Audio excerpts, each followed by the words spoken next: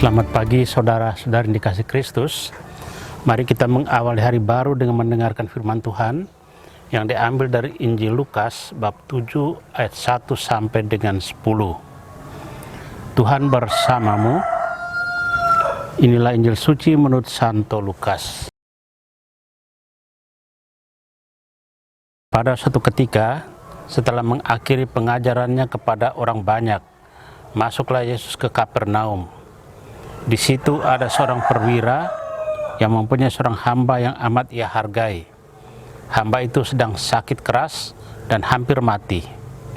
Ketika mendengar tentang Yesus, ia menyuruh beberapa orang tua-tua Yahudi kepadanya untuk meminta agar ia datang dan menyembuhkan hambanya. Mereka datang kepada Yesus dan dengan sangat mohon pertolongannya. Katanya, "Sudah selayaknya engkau menolong dia, sebab ia mengasihi bangsa kita, dan dialah yang menanggung pembangunan rumah ibadat kami." Maka pergilah Yesus bersama mereka. Ketika Yesus tidak jauh lagi dari rumahnya, perwira itu menyuruh beberapa sahabatnya mengatakan kepada Yesus, "Tuhan, janganlah bersusah, sebab aku merasa tidak layak menerima Tuhan dalam rumahku. Sebab itu, aku juga merasa tidak pantas datang sendiri mendapatkan Tuhan. Tetapi katakanlah sepatah kata saja, maka hambaku akan sembuh. Sebab aku pun seorang bawahan, dan di bawahku ada pula prajurit. Jika aku berkata kepada salah seorang pergi, maka ia pergi. Atau kepada yang lain datanglah, maka ia datang. Dan jika aku berkata kepada hambaku, kerjakanlah ini, maka ia pun mengerjakannya."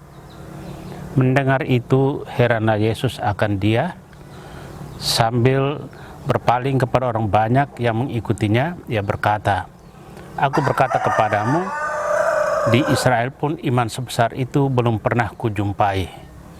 Setelah orang-orang suruhan itu kembali ke rumah, mereka mendapati hamba yang sakit itu sudah sehat kembali. Demikianlah sabda Tuhan. Saudara-saudari yang dikasihi Kristus, tema yang akan kita renungkan hari ini adalah sepatah kata yang menyelamatkan. Injil hari ini menampilkan Yesus yang terkesima kepada seorang perwira. Tidak dijelaskan secara detail mengenai profil dari perwira tersebut. Namun diyakini oleh beberapa ahli bahwa ia bukan beragama Yahudi. Walau ia bukan seorang Yahudi, namun ia mempunyai tindakan kasih yang besar dengan membantu pendirian rumah ibadah Yahudi, perhatian kepada hambanya, dan percaya secara total kepada Yesus. Walaupun ia berbeda, namun ia menyatakan kasih Allah yang nyata. Itulah sebabnya Yesus berkata, "Iman sebesar itu belum pernah kujumpai." Ada dua alasan mengapa perwira itu ditolong dan dipuji oleh Yesus. Pertama, ia seorang yang rendah hati. Ia menyebut diri tidak layak di hadapan Yesus. Yesus terlalu besar untuk rela datang mengunjungi dia. Namun, iman kepada Yesus akhirnya menuntun dirinya menuju Tuhan, karena barang siapa melihat Yesus melihat Bapa. Kedua, ia melayani umat Tuhan dengan melakukan yang baik.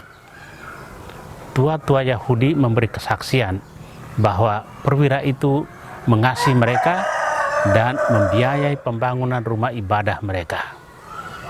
Kita ingat kata-kata Santo Paulus, "Barang siapa menabur dalam dagingnya, ia akan menuai kebinasaan dari dagingnya.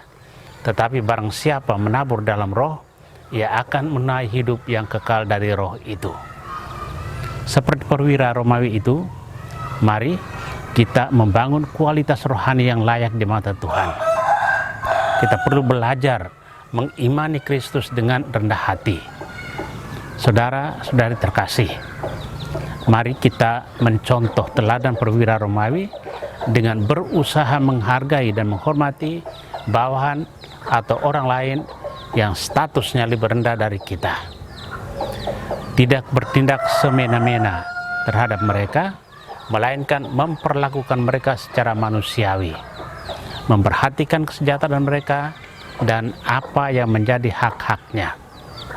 Hanya dengan demikian, kita dapat semakin dikasihi oleh bawahan kita dan lebih-lebih dikasihi oleh Yesus. Doa-doa yang kita mohon dengan penuh iman akan didengar dan dikabulkan. Amin.